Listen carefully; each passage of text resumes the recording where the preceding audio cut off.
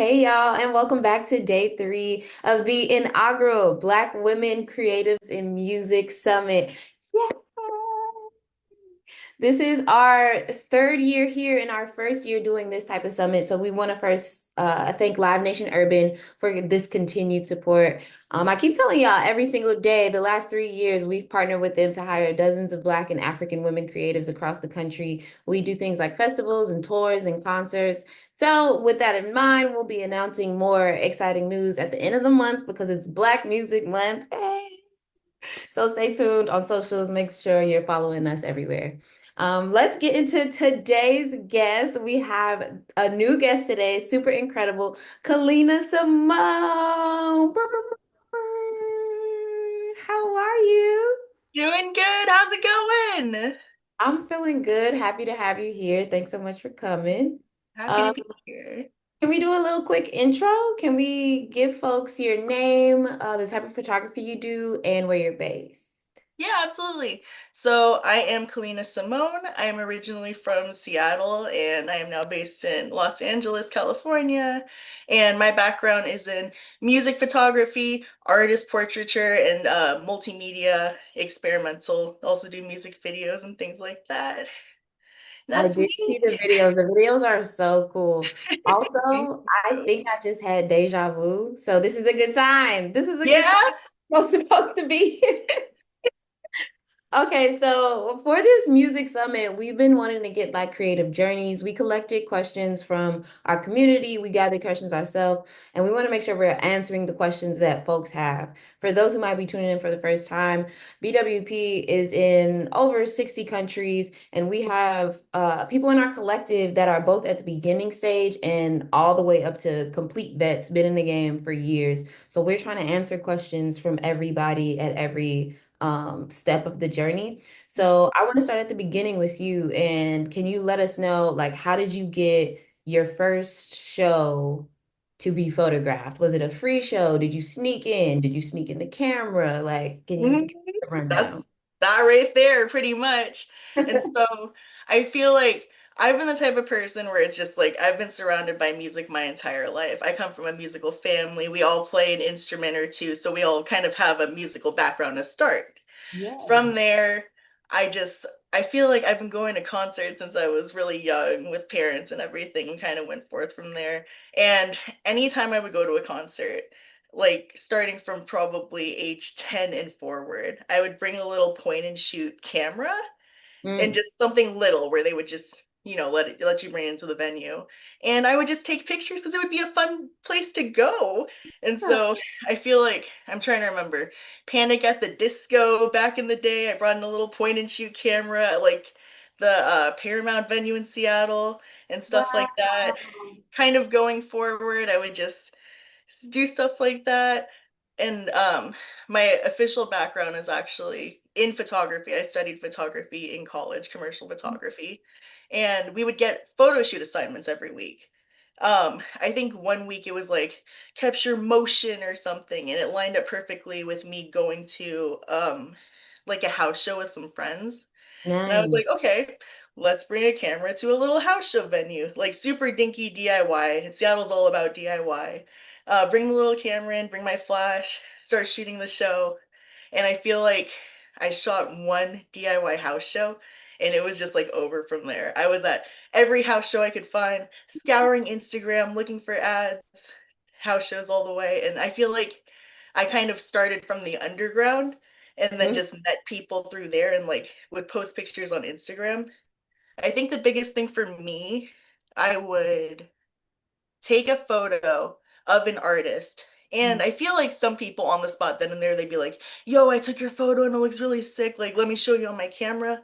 My Mm. approach was a little bit more, um, I would say like ninja style, where I would take the photos home, edit them completely without a face, without a name, post them on Instagram, tag everybody. And then they'd be like, yo, who took this shot of me? Like, who is this person? And can I get them back Oh. again? So your And Instagram wasn't clearly like your page. yeah, I didn't have like, yeah, I kind Ah, of started just like a whole separate page for me. And I didn't that, have my face on it. I just had like my name and branding.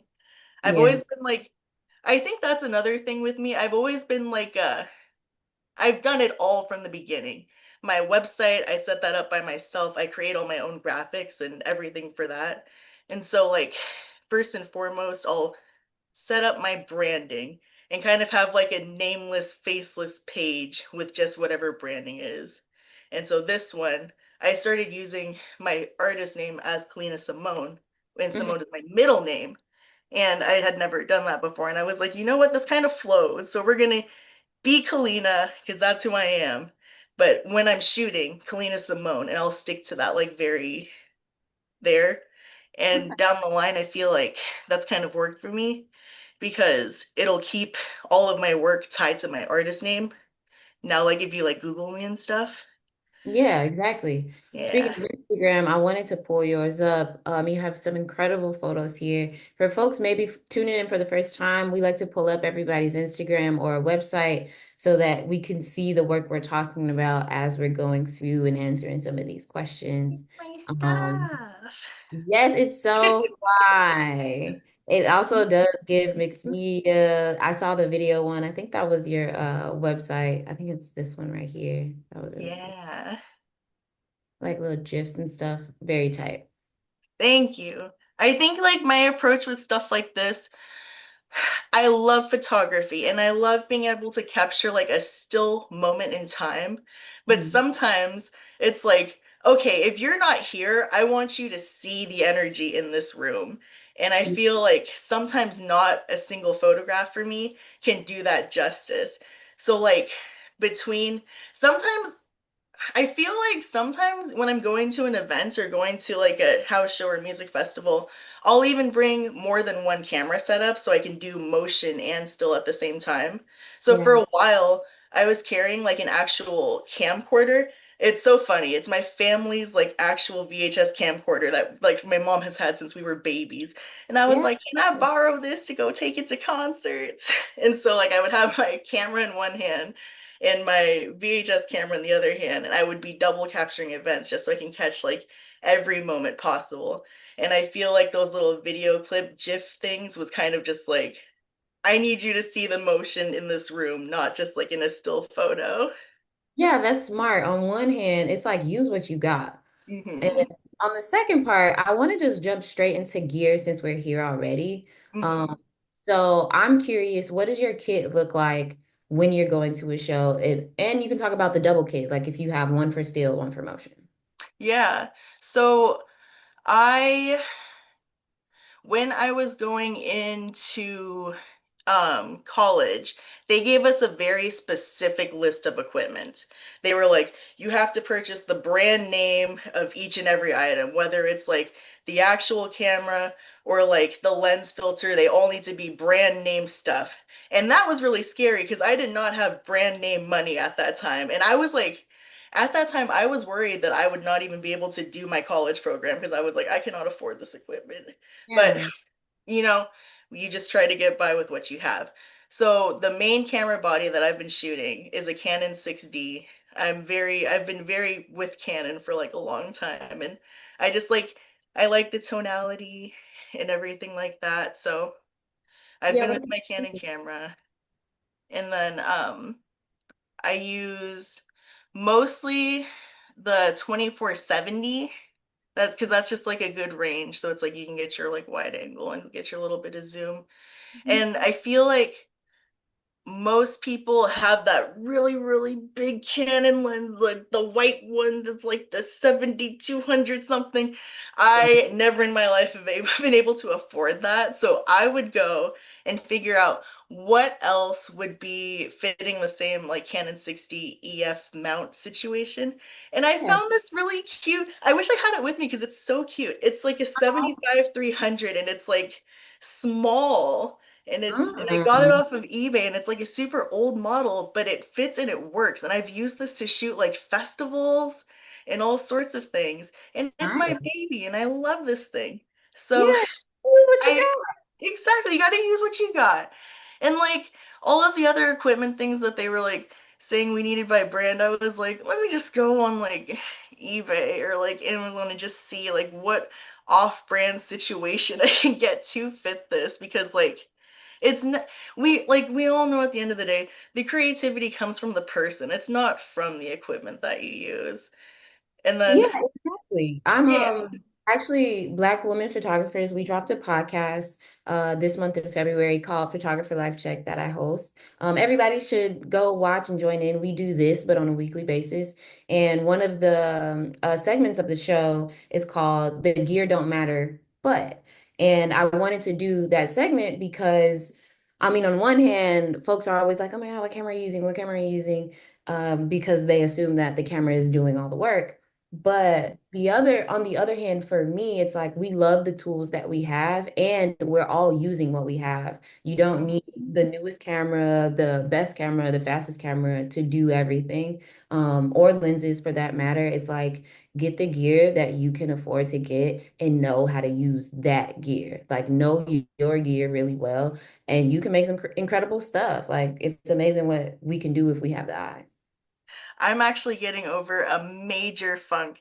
I think I will be super, super honest. I do not think I have used my actual like Canon camera to shoot a shot probably in over 2 years. I picked up my camera when I was going to Japan on a trip. I picked up my camera, and then there's like the main scroll dial where you change all of your settings. It's like the little rubber piece. It was loose, and every time I would like turn my little dial, it would get stuck. And I was like going online and I'm trying to figure out how much a repair would be, and I'm getting quoted like around $700. I've also been unemployed for the past 2 years. And I'm Oh. like, okay, we cannot afford a $700 repair. And I just like put the camera down and was like, we're just gonna have to tuck that away on a shelf and just You gotta get a camera back in your whatever. hands today. It's real. Exactly. Like we all take breaks. I think in some ways we need to, and then in some ways life like makes us take the break kind of thing. Mhm. But we have to take breaks and find our way back to our medium. No matter what industry you're in, for real, like whatever Exactly. your medium is in terms of creativity, we always have to find our way back.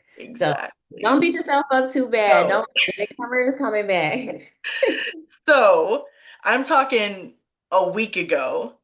A week ago, I had gotten a DM after I posted about this event. Actually, I got a DM from an old photography friend back in Seattle, and we were just kind of just talking and catching up. And I was like, "Hey, have you ever heard of anyone who's had this camera issue?"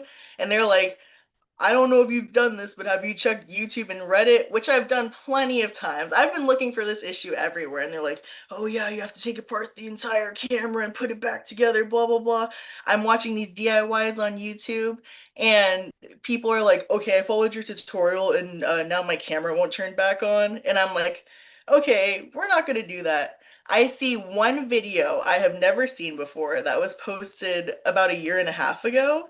The guy literally took like an X-Acto knife, sliced the little piece off that was stuck on my camera, causing it to not scroll, used about like a $14 glue, glued it back together.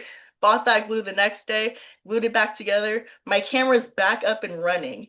And I was sitting on this thing for 2 years and fixed it in like 2 minutes. Hey, And but fine. Shout out to your homie for just like putting that back into your awareness. You know what I mean? mhm. And I feel like that's what it was. Yeah, that's real. Yeah. Okay, so you told me about the Canon R6 and you used the 70, or excuse me, was it the 70? 60. The 60, no, Yeah. the 24 to 70 is what you use. And then you have your motion kit. And your motion Yeah. kit, is it just the camcorder or like what other tools or accessories do you have in there? So yeah, like I have the camcorder and I have a little $20 television that I sit on a table. Mhm. Um, because I feel like there's multiple ways for you to get like cassette tape footage off of the cassette and digitize it nowadays. But I will literally take my little camcorder setup. It just has the lens built in. I have no other lenses for it. Set it up on a tripod, put that in front of a TV, and then you record the screen, and then you get this really grainy, kind of trippy recording of what you get on the camcorder. And so Yeah. it's like super gritty and super raw, but like it's good and it's fun. Oh, In that's so addition to that, Go- sorry. In addition to that, I have a little just Sony tiny little handy cam thingy, and it's like the thing is this big. And I think my biggest thing when I go out and about in the world, I don't like to be seen when I'm shooting. So I'm like, let's find the smallest little kit possible and just like make sure we have that on us at all time. And Mm. so it's like I have my little, yeah, my little camcorder setups and then my little, yeah, Canon 6D setup. Haven't been the kindest to that guy because when you're just going to DIY shows and stuff, I am literally just like taking all of my lenses and kit and just throwing it in a backpack. And I've been doing that for years. So I feel like something breaking was absolutely inevitable. And I can't even believe it took about 10 years for something to break with just like you're in a basement. It's dingy and dark, and people are throwing beer cans, and I got whatever beer all over my camera. But that thing is like a tank and a warrior. So if you do gritty Beautiful. work, I would recommend that guy. I think it's meant to be then, like you're meant to have this kind of setup. And I think it's a really creative one. So throughout our conversations, we've been talking about the artists that choose to go a more like artistically creative route as they're documenting music photography. And Mhm. then the artists that are just like, I want to replicate what is exactly happening, like documenting as it is. And you clearly are falling into more of like an artistic expression and it looks really cool. Can you, so for example, like the one you gave for the camcorder, and if you record the screen, like something really cool happens there. Do you have any other accessories or tools like the sparkle that I saw on some of your images? That, so something like that, can you drop like a gem or two on different things people can do, whether it's an accessory or tool, or if it's in post-production, like when you're editing? Yeah, just like a tip around that. Yeah, I feel like my biggest things are don't be afraid of editing a photo on more than one device. Like if you have a photo and you're not planning on like doing a huge print or it's like not for like a commercial campaign and it's just like fun in your art, take your photo, edit it in Photoshop and Lightroom, put it on your phone, put it through one of those just like silly camera editing apps that have like a million different like goofy filters and like fake lens flares and all of that, and have fun because you will learn that even though you're degrading your quality so much in a digital media world when all you're doing is just like posting it for people to scroll and like it, you don't need that much quality. You can make really cool multi-dimensional things with like just the free apps you have on your phone. And I'm also thinking about the idea that like as our technology has improved mhm, so much, especially over the past just few years, everything is really sharp and clean. So coming yeah, up with something that's really grainy and like looks different might get a person to stop and want to like see all of your work.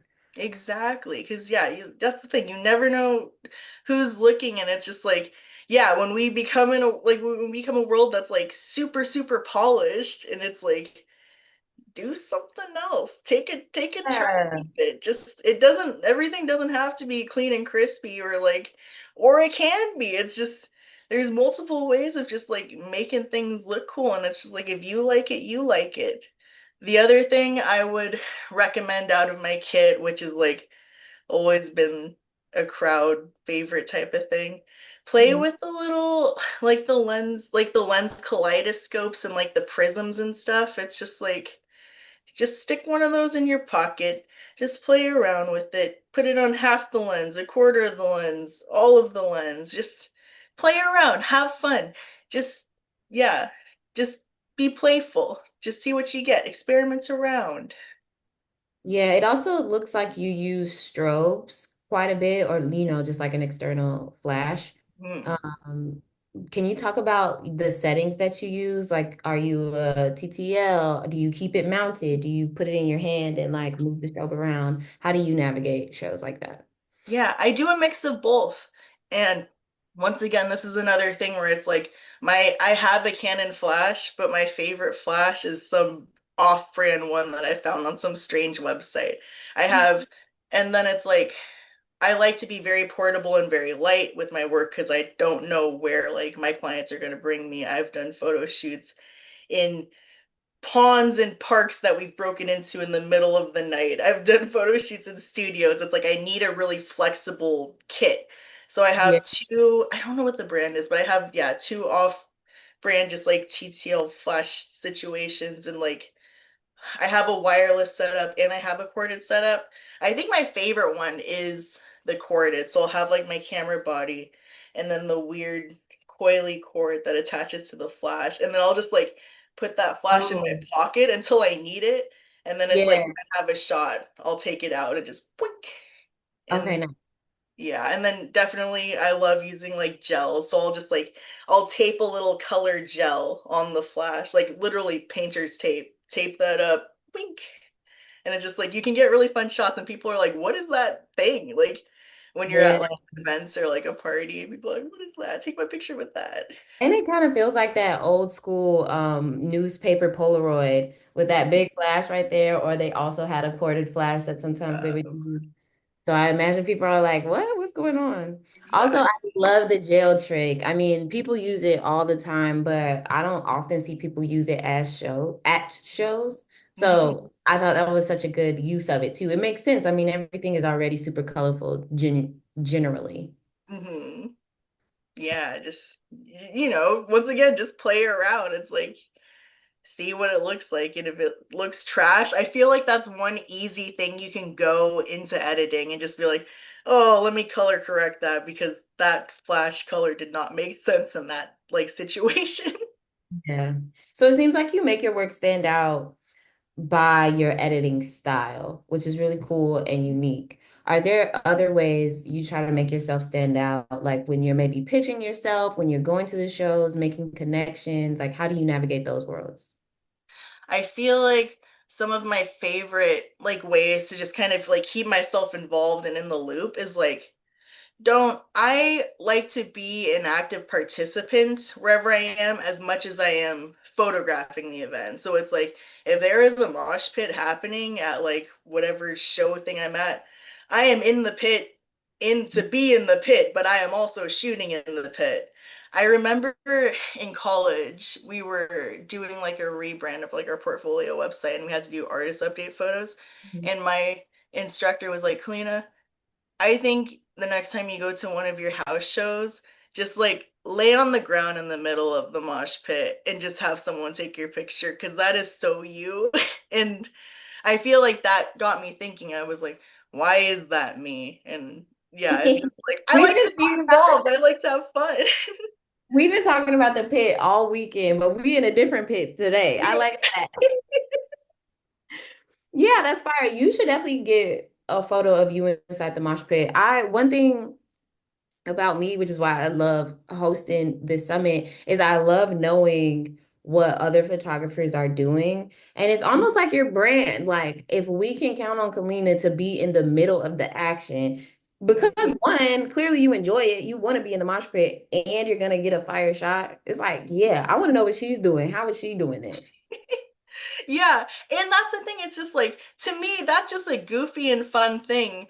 But it's I'll redact this because it was kind of a big name client and nothing ever came out of it. But I remember one specific thing that they were doing when we were like pitching the product. They were like, "We see you go to these events and there's always people jumping off the stage and doing all sorts of things. We would love it if they would wear our brand. So every single shot where like someone's jumping, like crowd surfing or in the pit, and you're taking the photos, like anybody who's moving has our brand like on their shirt."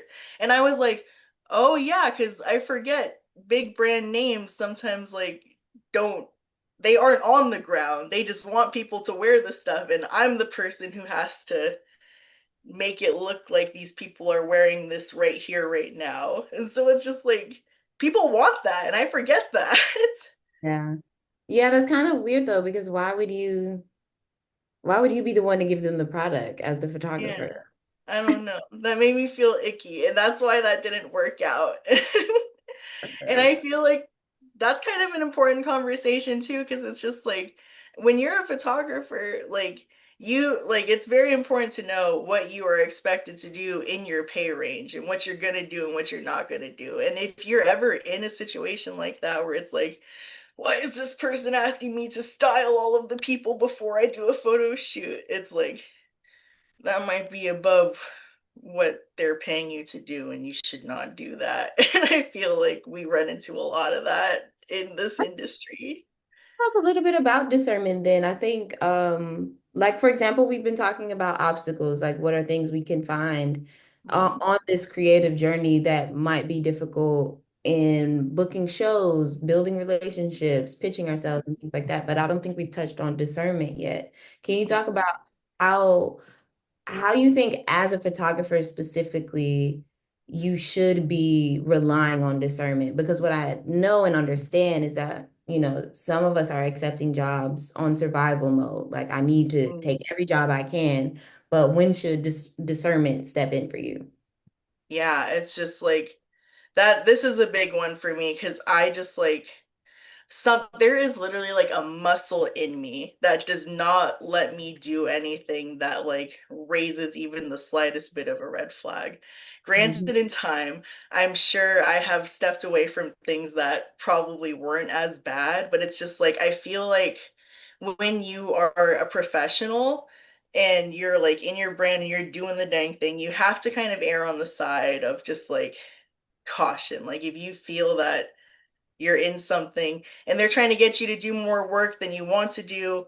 I've also had friends who have gone to photo shoots and have been robbed at gunpoint because someone set them up for like just doing a photo shoot. It's just like That's if funny. the details aren't lining up, stop yourself and ask you, it's just like, is this worth it? Is this worth the money? Is the money even appropriate for like what I'm getting? And I feel like use your tools. People have mixed feelings about using like the AIs and the chat bots and like the chat GPT and stuff, but it's just like if you're in a pinch, just ask it. It's just like, hey, the client wants me to do this. They're asking for these deliverables. This is the budget. Does this align, or like how can I modify the situation to like be comfortable with like what I'm comfortable in doing? Because it's like, yeah, I've taken a lot of shoots. I've turned down a lot of shoots. I've been in situations where it's like maybe I don't have permitting to set a couch on fire, but my client for my music video really wants me to set a couch on fire. And it's just like, that's going to get me in trouble at the end of the day. And it's like, I don't care if you say it's okay. We got to think about like the liability here. And when you're a professional, it's like, you have to care about liability and you have to care about making your living and not just taking every $100 shoot, even though they say it's going to take an hour and not expect deliverables. Because when you're starting out on your journey and you start taking every gig like that, you're going to learn that these people are always going to like expect more. So it might just look like an hour long shoot. You send them two photos. They're going to ask you to edit those two photos like 20 times. And now this like 1 day shoot is taking like a month. And then you just don't want to be in that position. So it just, Yeah, just the ability to think ahead a little bit. I also think it's interesting that you offered ChatGPT in that situation. I haven't used AI in that way before, so that's a really interesting like tidbit or maybe note that is potential, I don't know, help for another yeah. photographer. Yeah, somebody out there. Definitely. It's just like that's the thing is it's like I'm one of those people where I have like, a couple of friends who are also photographers, but oftentimes I feel like I'm making decisions with clients and I don't really have a network to be like, "Hey, is this actually a good shoot I should take and is this worth my time?" It's mostly just like family or friends that are like, Kalina, you've been unemployed for 2 years. You need money. You should just do it. And I'm like, mm, should You I gotta though? feel right. You gotta feel right. Yeah, it has to feel right. It has to feel right, or just don't do it because either, something better might come along if you don't. Just, yeah, just literally lean on that voice inside of you because you just have to come back to your intuition and just follow that compass because we all have that voice inside of us and we got to use it and get back to that. Yeah. And know how to hear it.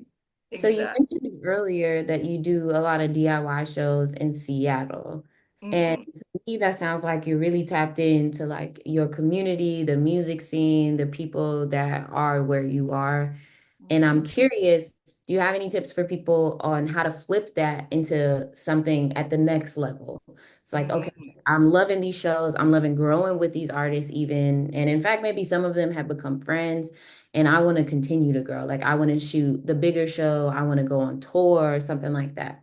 Absolutely. Yeah, I feel like my exact pipeline is kind of just like a mirror of that specific situation where it's like Right. you start where you are, take pictures of your friends, go to free things in your community, get to know the people around you, and it's like from there you never know which one of your like friends at a basement house show are going to end up booking a show with the next up and coming big artists. And it's like if they ask you to shoot their set, you're there for the show. Shoot the other artists, meet new people from out of town, because you never know who's gonna get big or go somewhere else. And just yeah, use that as your base. And that's kind of what happened. So for me, I'm thinking back to the Vera project in Seattle, where I had a friend opening for the artist JPEG Mafia, and we did not know who that was at the time, but we just see this guy who has like a bunch of energy, once again in a mosh pit situation. We're like, who is this guy? And like I'm in a room with all my friends and we're like, who is this guy? His energy is crazy, blah blah blah. And then he ends up being like the headliner. I take his photo because I'm like, this guy's just cool and I want to take cool photos of him because he's moving around. And I send those off and he asked me if he can use them as like promo shots and everything. Boing. And Yeah. this is I like am Googling one day, or he posted on his like Instagram one day, and I'm looking at a screenshot of my photo on the Grammys website. And I'm like, what I'm like, what the heck is going on here? And Yes. it's just like seeing that is just insane. And like I'll still Google my name every once in a while, and it's like I found another photo from that same like show on like the website for the Fader, and I'm like, okay, I shot one show with my friends, and now like my work is on like the Grammys website and the Fader, and I it's hope just you took screenshots. yeah. Oh, I got all the screenshots. That's the thing. I am someone who is all about keeping receipts, and I encourage others to do the same. Like literally, just screenshot all of your stuff. And yeah, so I just feel like that was somewhere where I started with friends and then like did a thing. I'll also talk about a story I had. Um, I was at a music panel, some sort of music summit thing, and I was in a like a speaking session with Ali Shaheed Muhammad from Tribe Called Quest, and it's like they were just talking about like how they became artists and like came up in the music industry. And like me, shy Kalina, I raise my hand because my question is always just like, well, how did you get to know the photographers that made your albums and that made your career? And I remember he was like, we only ever worked with our friends. Like anybody we worked with was just someone we were friends with, so they'd be like, hey, we need a photo for this magazine or this whatever, and they would just call their homie. So it's just like at the end of the day it's just like friends. And that's important, just making like real connections, because if you make a real connection with someone, that person will remember you down the line when it's time for like when they think of you and they need like a photography service. So it's just like you Yeah. And never also like know. just think about yourself. Like if Yeah. throughout the world and you're like, oh, I need a person that does this thing. You Mm. think about your friend that does that thing. So why wouldn't it work the opposite way? Exactly. That's the thing. It's just like you never know who's thinking about you, and you never know like who you made an impression on. And it's just like do that and just keep your connections up. It's like if you meet someone cool at a show somewhere and you haven't talked to them for a year or something and you see them do a show, just like like comments on it, send a DM. It's just like keep up your relationships. And I feel like that's somewhere where I have lacked as a person because I'm really shy and I always think people forget about me. But it's just Oh, like that's not real. That's fake. no, don't You let your gotta, friends lie to you. yeah, you just gotta like just be a person. And I Yeah. feel like I remember talking with my therapist and I'm just like, what is it with this generation and people don't want to be perceived and just like be perceived and take up space. And I feel like that is very important for just like everyone and I think, specifically, yeah, yeah. That's important for everyone, but I think especially as photographers, many of us, even something like this is when we do our summits, that's the first time some of these photographers are having a speaking engagement at all.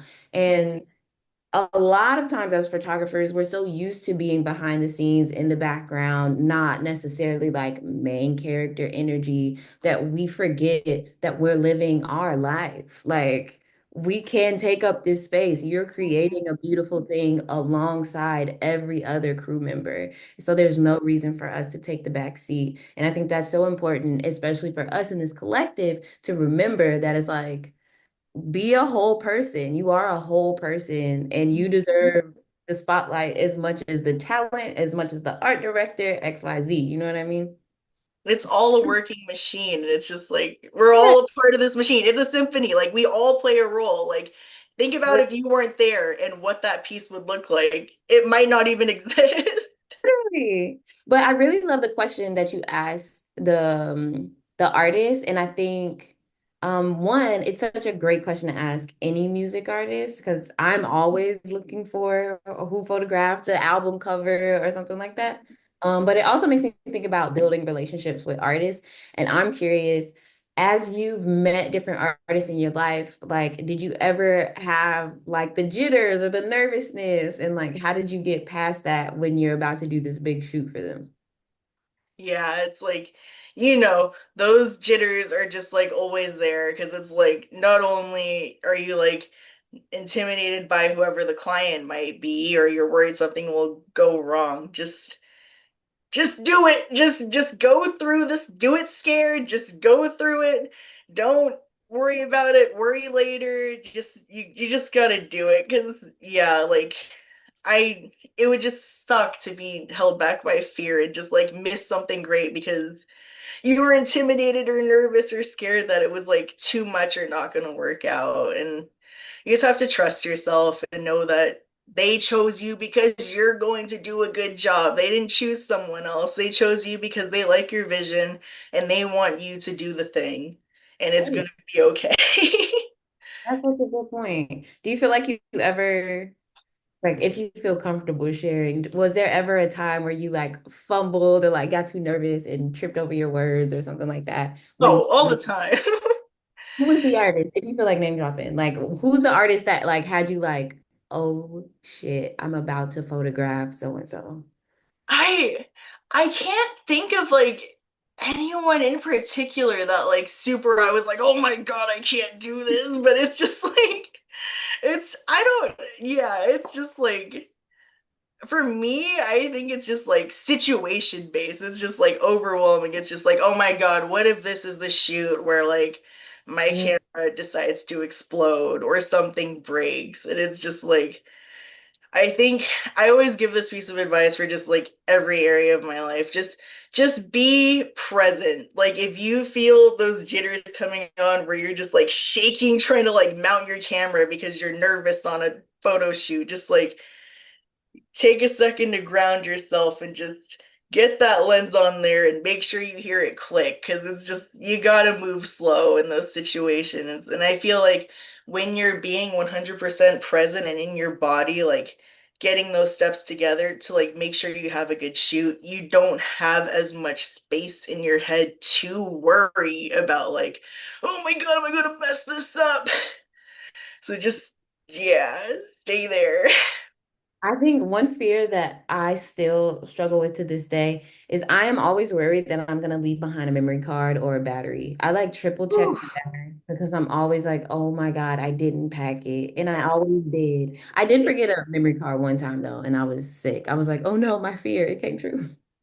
Yeah, it's like the little things like that. I remember one time I had the memory card, but I took it out of my camera and I noticed one of the prongs was bent after a shoot, and I was like, "Oh no, is this not gonna read?" Plug it in and it's not reading. And I think another kind of background I come from with my approach to photography, I'm a very much DIY like tools type of person. Like I love going to the hardware store.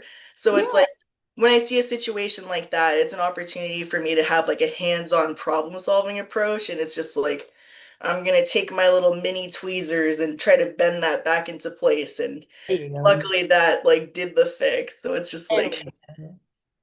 just do what you gotta do because that stuff is scary. Like, It yeah, is. You don't know what's going to happen if you can finish the job. And that kind of makes me think about like the learning moments we have on the job. Can you think about like maybe the biggest professional learning moment you've had from working in the music industry specifically? absolutely. I think when when you're shooting a concert, it's very much expected that you're gonna show up, you're gonna shoot the show, like just you, like you're gonna get in the photo pit and you're gonna shoot the show. I say don't be afraid to ask for a plus one. Like, because typically, like I've been in a lot of situations where I'm like, there's no way they give me another ticket to bring an assistant or just like like a friend to assist me, but like it doesn't hurt to ask a lot of the time. And I have found that like sometimes if I just have like if especially if it's like something big and something important, if I could just bring someone, not even an official assistant, maybe just like a friend who's willing to like hold the gear that I'm not using, that makes the world of a difference because you kind of just like have another body there so you can do your thing and not worry about like losing an extra battery or just like not having the right lens with the or the yeah, making sure you have like all your right lenses with you. And that's something that's really helped me. Yeah, that makes sense. Having a place to keep all your gear safe, like especially thinking about those DIY shows, it's like your bag is probably behind the DJ booth or something like that. You know, and Mhm. it's like people could kick it and move it out of the way, or you don't know what's going on because you're trying to navigate the whole room. So that makes sense. Exactly. Also, it does expand the mind on thinking about what we can ask for. Mhm. I've been trying this mantra a little bit about expanding my idea outside of the rules. And I think in terms of at least how I was thinking about it was like when you're applying for a grant or a fellowship or a job and they have these qualifications and maybe you don't meet all of them and feeling like, oh, maybe I can't apply, but instead applying anyway, because it's like, I mean, I meet some of them, like maybe they still will choose you. And I think that's a great example of that. Like, I've never heard another photographer ask for a plus one, but Mhm. expand your mind. Like, you don't have to follow the rules. You can ask for help Exactly. on site. Maybe they will say yes. Yeah, it's like they truly say the world is your oyster, and it's just like a lot of being a photographer and just like being successful is like taking that and seeing where you can go from it. And it's just like I feel like a lot of the time I've learned where it's just like, okay, they're hiring me to go to this place to shoot this thing, so it's like let me be appreciative and like not ask for much. And it's like I've walked into rooms where it's just like you walk into the room, everybody already knows your name, and they're treating you like the guest of honor. And it's just like it's typically more like that, where it's like you have more space to ask for what you want because people want to make sure that you're good and you can do your work because they appreciate your artistry. And just like how special is that it's like your gift of like being creative and like doing great photo shoots, and people just like are so excited to have you there because you're going to execute their vision like great. Like that's ask for stuff. Ask what you need to make your vision great. Ultimately, what you're asking for is help. You know, Mhm. like your friend is there to help you. Whatever the Mhm. situation is accommodations, and you deserve accommodations as you move in to do this gig. Like that's Yeah. important. Such a great reminder. Yeah, exactly. Because it's like if you catch yourself on a portrait shoot and you have like your reflector and your camera, and you catch yourself putting your reflector in your mouth and trying to like shoot something, or just like trying to hold your light stand to make sure it doesn't fall over while you're shooting, it's just like get help. Like even that's the thing, like sometimes even like the makeup artist or the stylist is like willing to help you. It's just like just ask for what you need. And like people are really accommodating in those situations because they want to everybody's working, like once again everybody's working together for the same goal, and that's to Have have the a same. fire shoot. Yeah, we all have the same goal on set, or whether that's a show, we all have the same goal. Yeah, so it's like you never know what people are willing to do to just like make sure that the end goal is like good. Yeah. Okay, can we get into your motion stuff a little bit? I know we touched on it a little bit. The camcorder setup idea was so excellent, but you mentioned that you sometimes do some post work in apps on your phone and like sometimes you create GIFs on your phone. Do you have Yeah. this next to you? Like, do you mind showing us like the apps that you use or if you can like demonstrate how you do it? Let's see what we got. So I feel like one of my favorite, oh, I don't have it installed anymore. One of my favorite apps that I like to use for video editing in motion is actually CapCut, that app where people make the TikToks in. Like, there are so many just like little like overlays and stuff that you can add to your video. I really like the Premiere phone app because it's very just like drag and drop. Sure, see Premiere what we phone. have in Is that the here. name of the app? Or like Adobe Premiere? The Adobe Premiere app, yeah. So it's like that's the one thing. I try to do everything for free because it's just like I'm broke. But Adobe is the one thing where I'm like I have to pay for Adobe because it Yeah, just we love Adobe here. it's like we have to have that one. I'm trying to see if there's like anything I have still installed on my phone because I My have Apple space. phone definitely will offload because I fill up the storage entirely. But Me, okay, so you said CapCut and then the Adobe Premiere more yes. specifically. Yeah, I feel like those are definitely the best ones because yeah, I have like nothing else installed on my phone. Crazy. But yeah, like another thing I like to do, I love just like there's like all the different like kind of Japanese photo editing apps that they have where it's just like all like the face filters and stuff. Sometimes there's just like really good like filters and stickers and stuff and just like oh, another one, Canva. Canva is actually really good for fun video and photo editing. Ooh, okay.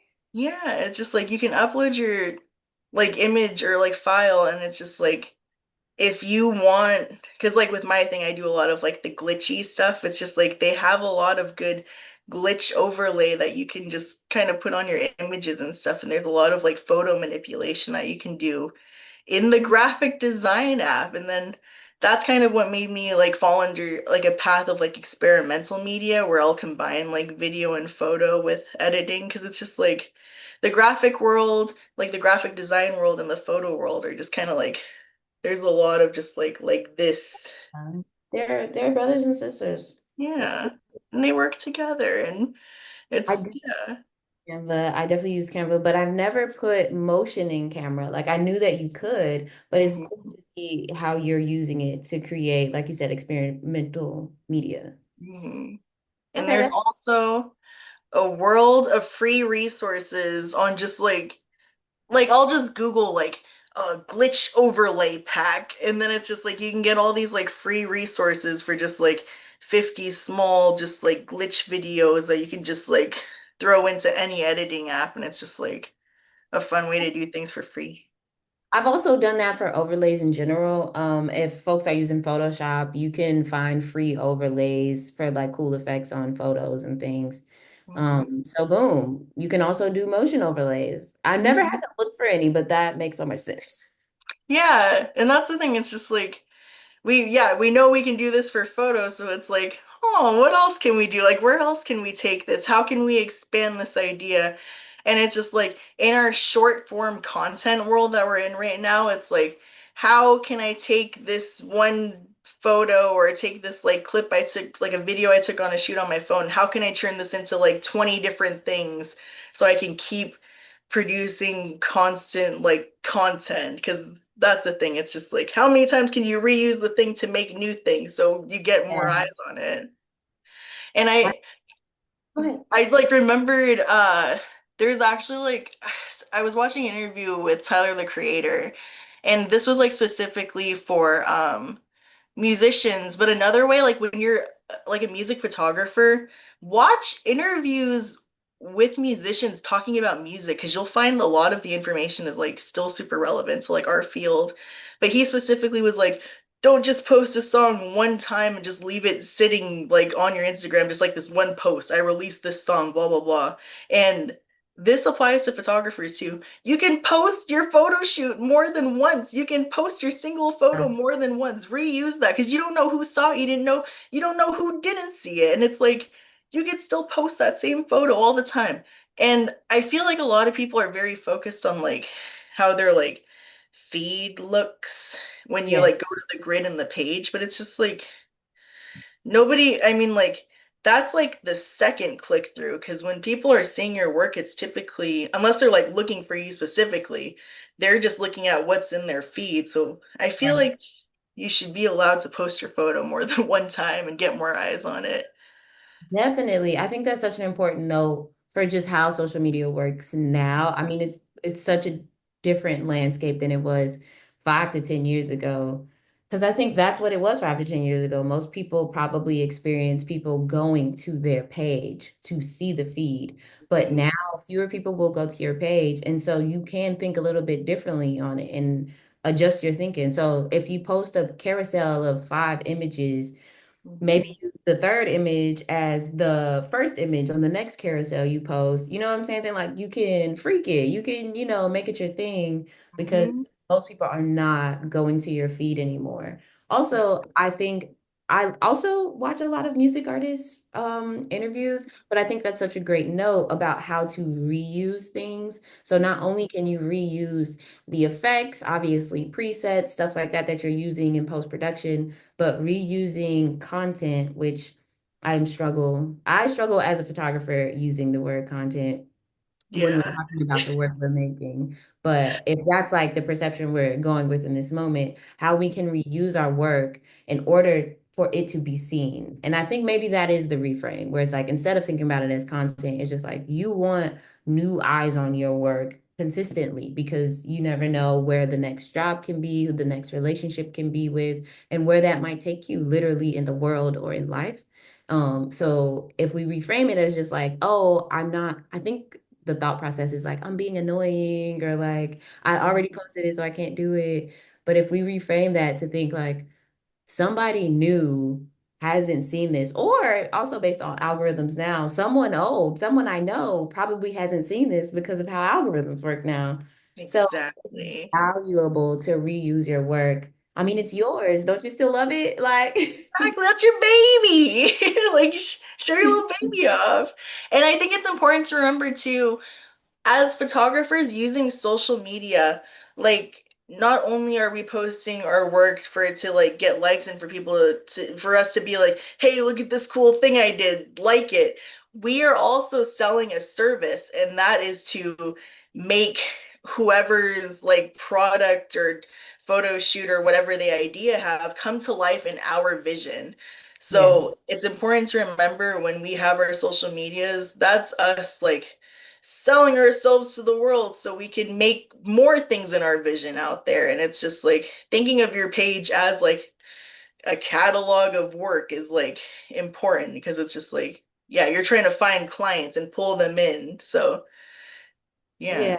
that's As your we're winding down, I do want to touch on video a little bit more. I know yeah. you mentioned working on music videos a little bit. Do you shoot music videos? Are you editing them or are you shooting stills out on set at the video?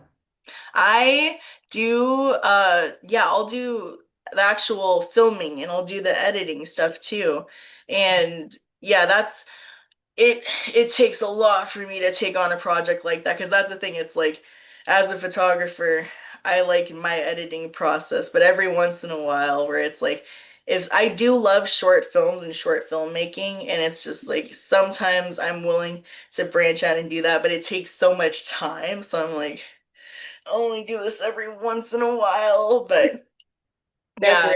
Sounds it's like your love is more so in photography than rather than video. yeah, I would say that because it's like I like shooting, but I don't like editing. It just takes way too long for video content for me, so it's just I tend to stay away. But the world, I will say I am fascinated by the world of being a still photographer on a motion set, and I always have been. It's like I can see that kind of like where I'm starting to kind of look for work in like the next part of my journey because it's just like you I'll watch movies and I'll see that picture perfect moment where I will literally pause the screen and take a screenshot because I'm just like, this exact freeze frame moment in time is just like beautiful. And Yeah. so it's just, yeah. And I feel like for me, when I'm looking for like work I'm inspired by, I'm mostly looking at music videos. I find music videos for my photography inspiration like way more applicable than just like looking at stills for me. So it's like, yeah, I tend to get my inspiration from motion, but then I work in still. Can we talk a little bit about that inspiration? I don't think we've hit that in any of our conversations. So Mhm. you really like getting inspired by music videos. Are there any other places, apps, things that inspire you to create your stills? Yeah, I feel like I really, really will like going on. I'm trying to think of like the Internet Archive. I like going on there and like looking at super, super old movies and just being like, oh, what is this movie I've never heard about? And just like kind of seeing because there's so many elements that like you can use as a photographer to tell a still story, whether you're watching a movie and you see like a cool set or you see like a cool costume, and it's just like how can I take these elements from this motion piece and turn them into a photo shoot that I can use later down the line? And Yeah. yeah, just like little things like that. And it's just like I'm also on TikTok all the time and just like sometimes I'll be watching someone. I do a lot of like crafts and just like sewing and stuff like that. But sometimes I'll just like be watching like a sewing tutorial and someone will have their like finished piece in their backyard and I'm just like there's something there to take away as inspiration for like a shoot. You Yeah. like just yeah, go outside of your media to find inspiration because there's inspiration everywhere. I do that a lot. I go outside of my media a lot. Also, I love that you mentioned the Internet Archive. I've only been on that website a couple times, but I need to go all the time. It's such a great website. I love it so much. Also, I don't know, it makes me feel old or something because I'm like, people don't be going to websites no more. Like everything is on an app. I love the fact that it's like a literal website. Yeah, and I think that's the thing. It's just like I feel like so much of just like what is my identity? It's just like I am an internet girl. Like I was a Tumblr girly. Like I was on the internet and just like I pull so much of just like Y2K inspiration and stuff like that. So it's just like once again just like you're working within your life. So it's just like wherever you found inspiration as a kid, just go back there and take stuff out and use it in your work, whether it's like colors, elements, places, things, just use it. That's our identity. Exactly. I love that. Mhm. Kalina, thank you so much for today. It's been beautiful to talk to you and get to know you. Yeah, thank you. This has been so fun. Absolutely. To close out for our conversation for the moment, I just want to say thank you again to Live Nation and Black women photographers. We've been doing this thing for a few years now, and we've gotten Black and African women creatives just all across the country into incredible opportunities as music photographers and music creatives, and we're so proud of that. So thank you so much, Live Nation Urban. And again, please follow us everywhere. We're Black Women Photographers on Instagram, Twitter, all the things. And just stay tuned. Turn on the notifications because we're dropping more opportunities and things at the end of the month. So let's continue to celebrate Black Music Month together, and we'll be back for our next guest. Oh, before we go, let's do the selfie. Yeah. Okay. I would do it. Yes, yes. Perfect. Thank you, Kalina. See Thank y'all. you.